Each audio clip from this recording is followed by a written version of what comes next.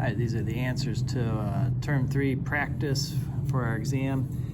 This one here gives us a graph, and they ask us for f of -4. That's where the dot actually is at, and that dot is at 0. Then they ask us for the limit as x approaches -4 from the right. So if we come at -4 from the right, we're also heading to that point of 0. But if we head at -4 from the left side, then we're heading towards this open circle, which is at a value of 2. So because the left and the right side do not agree, then in terms of a full limit, and because of this gap there, that limit does not exist. So we have partial limits, but we do not have a full limit there. Okay. Number 5 wants to know what the limit of this is as x approaches 5. If we put 5 in, we're going to get 25 minus 5 minus 20, which is 0, over 5 minus 5, which is 0. So this tells us nothing. We have to do something else here. You could try to factor and work that out, or probably the easiest thing to do is just do L'Hopital's rule. And L'Hopital's rule says take the derivative of the top, which is 2x minus 1, over the derivative of the bottom, which is 1, and then try it again. So now as x approaches 5, if we put that in, we're going to get 10 minus 1, which is 9, over 1, which is 9. And that's our answer. Same idea here. If I put 2 in, I get square root of 9, 3. 3 minus 3 is 0. Over 2 minus 2 is 0. Doesn't tell me much. So let me go ahead and try that again. So the derivative of this would be 1/2 x plus 7 to the -1/2 times the derivative of that, which is 1. And then derivative of that 0 over derivative of x minus 2, which is 1. Take the limit as x approaches 2. And this is going to give me 1/2 times 9 to the -1/2. Which is 1/2 times 1 over square root of 9. So 1/2 times 1/3 gives us 1/6. That'd be our answer.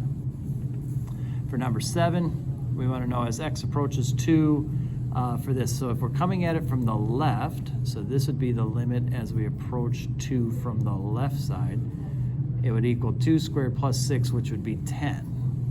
But if we take the limit as we approach 2 from the right side, it'd be 2 cubed, which is 8.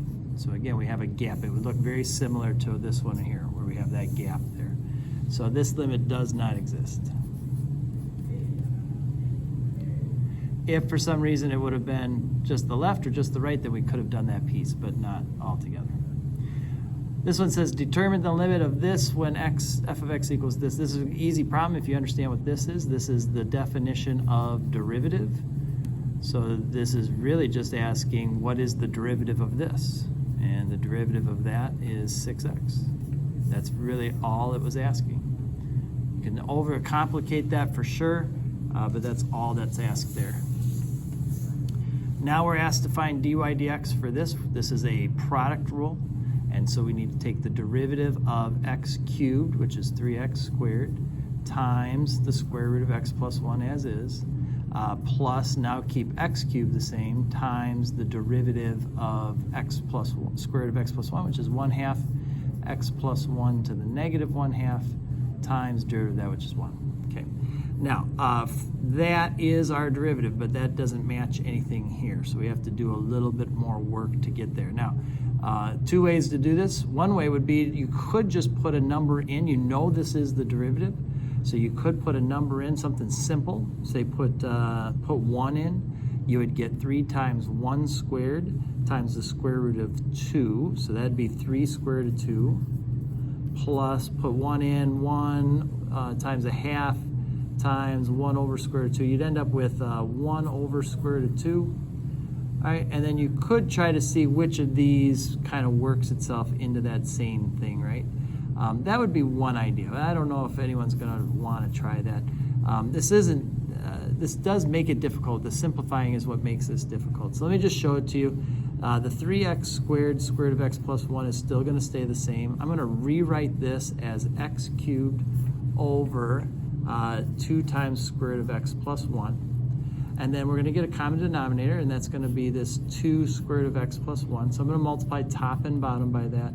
And up top, what that gives me is 6x squared times x plus 1 plus x cubed over 2 square root of x plus 1. If I distribute, 7x cubed plus 6x squared plus the x cubed ends up giving me 8x squared, or 8x cubed, plus 6x squared over 2 square roots of x plus 1.